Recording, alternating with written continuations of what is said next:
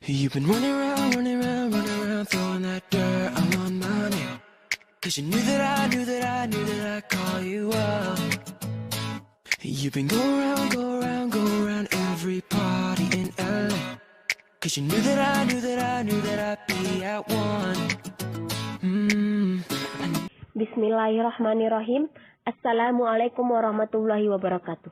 Baiklah, di sini saya akan menganalisa tentang pemikiran dari tokoh Pak Joko Widodo. Namun sebelum itu saya akan menyebutkan prinsip-prinsip dari komunikasi Islam. Menurut pendapat Syukur Khalil, terdapat 11 prinsip dalam komunikasi Islam. Yang pertama, memulai pembicaraan dengan mengucapkan salam. Yang kedua, berbicara dengan lemah lembut. Yang ketiga, menggunakan perkataan atau tutur kata bahasa yang baik. Yang keempat, menyebutkan hal-hal yang baik tentang diri komunikan. Yang kelima, menggunakan hikmah dan nasihat yang baik. Yang keenam, berlaku adil terhadap semua komunikan. Yang ketujuh, menyesuaikan bahasa dan isi pembicaraan dengan keadaan komunikan. Yang kedelapan, berdiskusi dengan cara yang baik. Yang kesembilan, lebih dahulu melakukan apa yang akan dikomunikasikan atau disampaikan. Yang kesepuluh, mempertimbangkan pandangan dan pikiran orang lain. Yang ke-11, berdoa kepada Allah ketika melakukan kegiatan komunikasi yang berat. Marilah bersama-sama kita mendengarkan cara berkomunikasinya Pak Joko Widodo. Bismillahirrahmanirrahim. Assalamualaikum warahmatullahi wabarakatuh.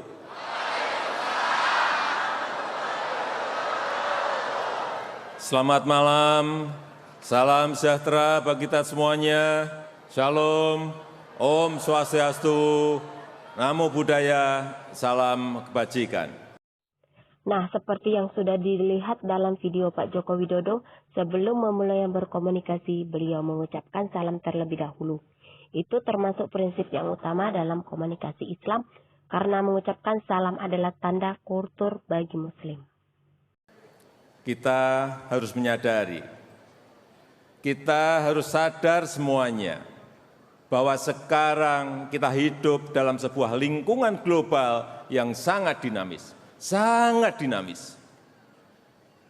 Fenomena global yang ciri-cirinya kita ketahui. Penuh perubahan, penuh kecepatan, penuh risiko-risiko, penuh kompleksitas, dan penuh kejutan-kejutan yang sering jauh dari kalkulasi kita, yang sering jauh dari hitungan-hitungan kita. Oleh sebab itu, kita harus mencari sebuah model baru, sebuah cara baru, nilai-nilai baru dalam mencari solusi dari setiap masalah-masalah yang kita hadapi. Dengan inovasi-inovasi, dan kita semuanya harus mau dan akan kita paksa untuk mau. Kita harus meninggalkan cara-cara lama. Kemudian Pak Joko Widodo juga berkomunikasi dengan lantang ataupun tegas, dikarenakan agar komunikannya bisa lebih fokus mendengarkan apa yang sedang dikomunikasikan. Namun demikian ada juga suara lemah lembutnya sesuai dengan perkataan beliau. Dan tutur kata bahasa yang baik itu juga digunakan dalam komunikasinya Pak Joko Widodo. Yang sudah tidak efisien harus kita buat menjadi efisien. Manajemen seperti inilah yang kita perlukan sekarang ini. Kita harus menuju pada sebuah negara yang lebih produktif, yang memiliki daya saing, yang memiliki fleksibilitas yang tinggi dalam menghadapi perubahan-perubahan itu. Oleh sebab itu, kita menyiapkan tahapan-tahapan besar. Yang pertama, pembangunan infrastruktur akan terus kita lanjutkan,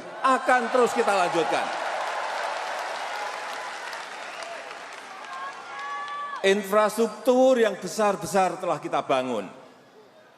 Ke depan kita akan lanjutkan dengan lebih cepat dan menyambungkan infrastruktur besar itu, infrastruktur tersebut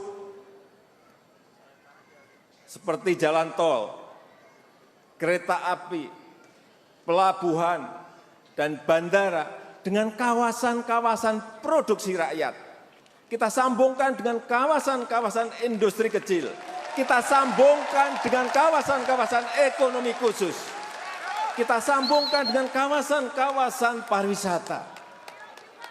Arahnya harus ke sana. Fokusnya harus ke sana.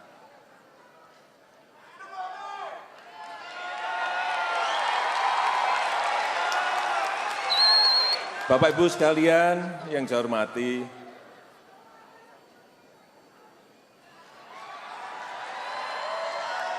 kita juga jangan lupa menyambungkan infrastruktur itu dengan kawasan-kawasan persawahan, dengan kawasan-kawasan perkebunan, dengan tambak-tambak perikanan.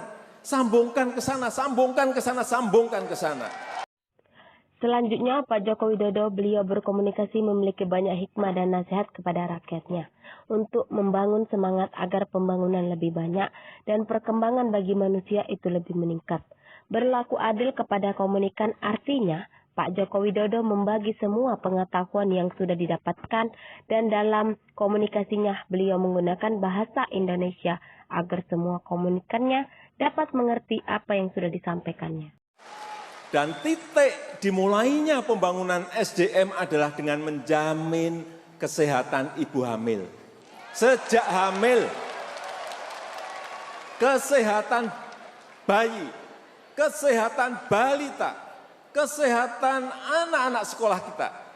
Ini merupakan umur emas untuk mencetak manusia Indonesia yang unggul ke depan. Itu yang harus dijaga betul. Jangan sampai ada stunting. Jangan sampai ada kematian ibu, kematian bayi yang meningkat. Tugas besar kita ada di situ.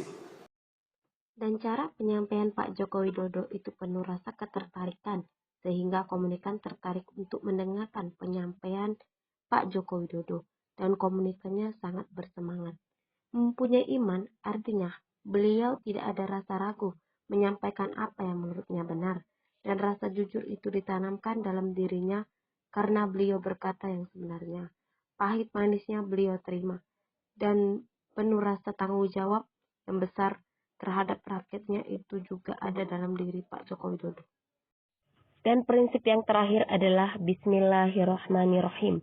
Itu termasuk doa dalam komunikasi Islam.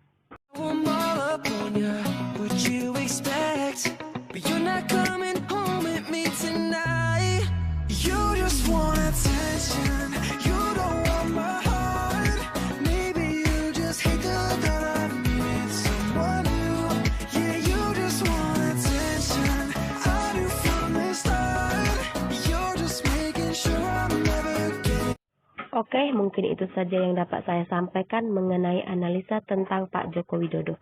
Lebih dan kurangnya saya mohon maaf, kepada Allah saya mohon ampun.